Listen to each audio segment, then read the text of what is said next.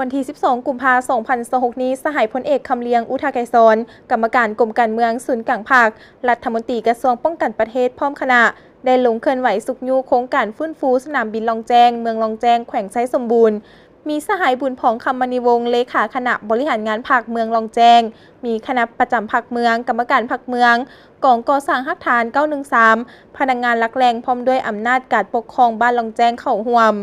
สหายบุญผองคำมณีวงศ์เลขาคณะบริหารงานภาคเมืองลองแจ้งได้รายงานการเก็บกำข้อมูลที่ถึงผลกระทบในการบูรณะก่อสร้างเดินบินเก่าอยู่เทศบาลเมืองลองแจ้ง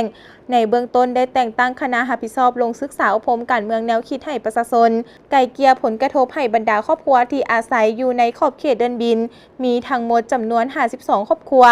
ในนั้นมีครอบครัวทหาร27ครอบครัวตำรวจ3ครอบครัวพนักงานของเขตปกครอง15ครอบครัวประชาชน7ครอบครัวมีเฮือนถาวร12หลังคาเฮือนเคิงถาวร40หลังคาพร้อมทั้งให้ภาคส่วนที่เกี่ยวข้องหีบฮ้อนลงมือจัดตั้งปฏิบัติโครงการดังกล่าว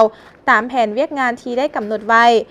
ขั้นตอนทำอีเสนอให้ปักหลักหมายขอบเขตสงวนเดินบินให้จัดแจ้งชัดเจนเพื่อแก้ไขชดเชยผลกระทบสิ่งกีดขวางเงินซานและเครื่องปลูกฝังต่างๆของพ่อแม่ประชาชนในขอบเขตบริเวณดังกล่าวตามระเบียบการที่วางไว้ตามเส้นทางใหม่อยู่หัวเดินและหางเดินบิน